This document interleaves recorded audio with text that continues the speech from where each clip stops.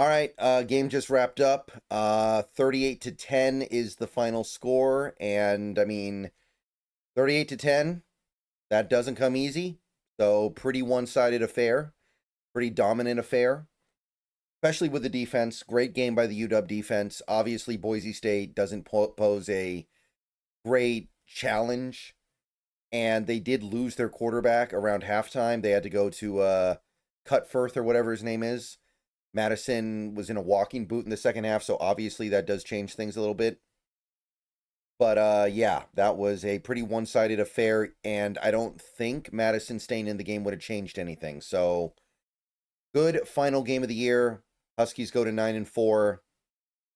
I'm okay with that. I'm okay with that. I would have loved better, of course. You always want to do better, but realistically, I think that this was about right for where this team is in their rebuild.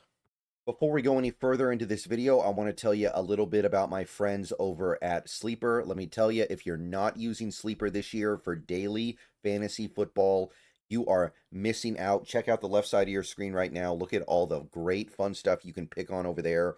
All kinds of over-unders, pretty much any sport you can imagine. Obviously, we're big fans of football around here. Let's take a look at my entry for this week. I've got Jerry Jeudy going over 34 yards against the Bears. I got Derrick Henry scoring a touchdown against the Bengals. I've got Pat Mahomes going under 241 passing yards against the Chargers. And I have Jason Myers kicking at least 2 field goals against the Colts. So get on over to Sleeper. You can put together an entry just like this. And if you use promo code SBN, you can get up to a $100 match on your first deposit. Terms and conditions do apply. See Sleeper's terms of use for details. Check them out and test your football knowledge. So, again, the defense was definitely the star of the show. Early, it was a little bit frustrating. They weren't really getting pressure. Boise State seemed like they kind of had the upper hand with some of their play calls. They hit some nice screens. They hit some nice misdirection. But once they started getting pressure in that second quarter, and they started using that pressure to force turnovers, they ended up with, 4 interceptions today? It was a whipping. And it was a really, really great game by them all around. Alexandra had an incredible game. Bryant, remarkable stuff there. Probably their best games of the season, which it's always nice to have your best game of the season on the game that has the most eyes on it. So, cool stuff there. Really cool stuff from a defense that this year has been good, but I feel like there's still something a little bit lacking there, so this was a great game. Again, I'm going to stress that Boise State not exactly providing tremendous amounts of resistance, but hey, they're who we played, and it's not like they have a terrible defense, or excuse me, a terrible offense. It's just a little bit weakened when their quarterback is only available for about half the game. So, great stuff there. Really happy with the way the defense played. Offensively, it came and went for sure. It came and went. Game started out really kind of slow. Demon missed some easy throws. Boise State felt like they just had our number with some of those blitzes. Some of those blitzes they sent, like the delayed inside linebacker blitzes, were so good. And we didn't have an answer for it. Demon not really knowing what he was supposed to be doing.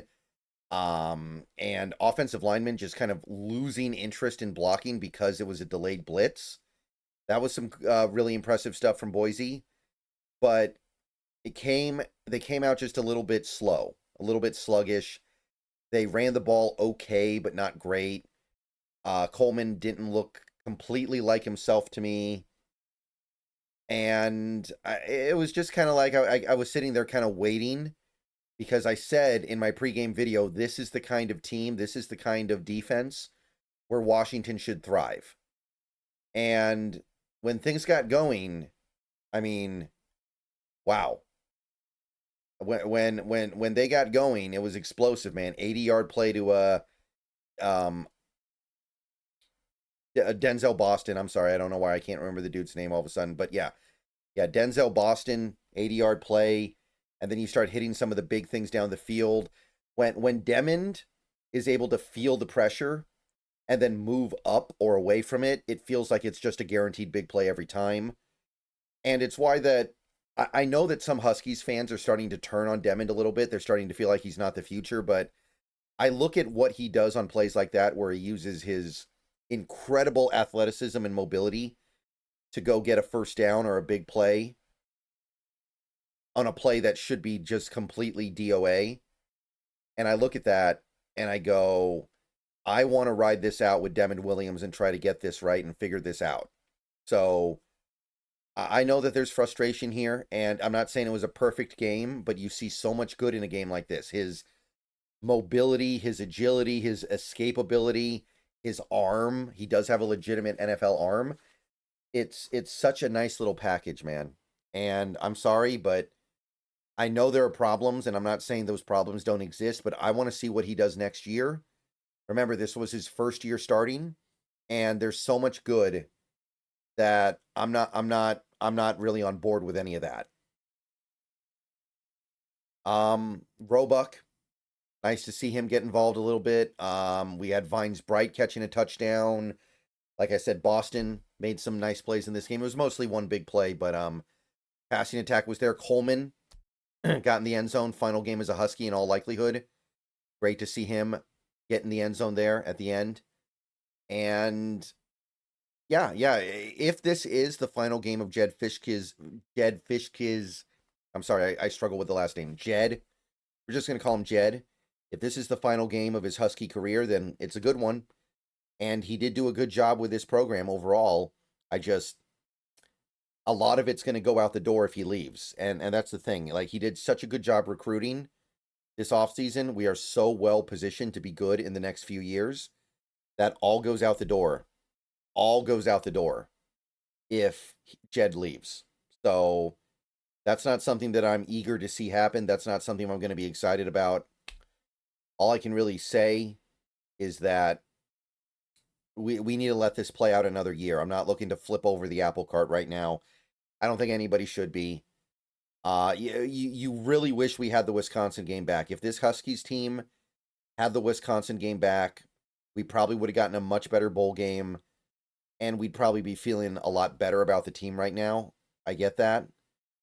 But I am ready to roll with this general core for one more season, and I hope that you guys are as well. Okay, so good game.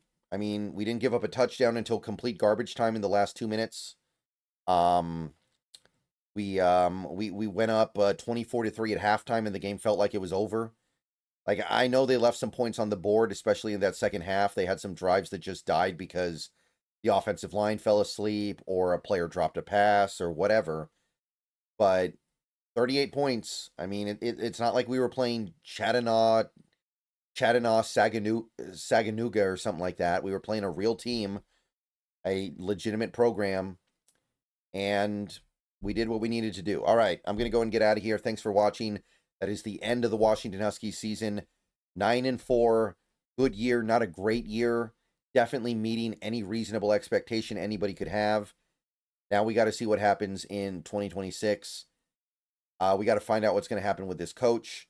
If the coach goes, then everything could just get ruined and we'd be starting over again. So I'm hoping that doesn't happen. But I understand how this college football thing works. All right.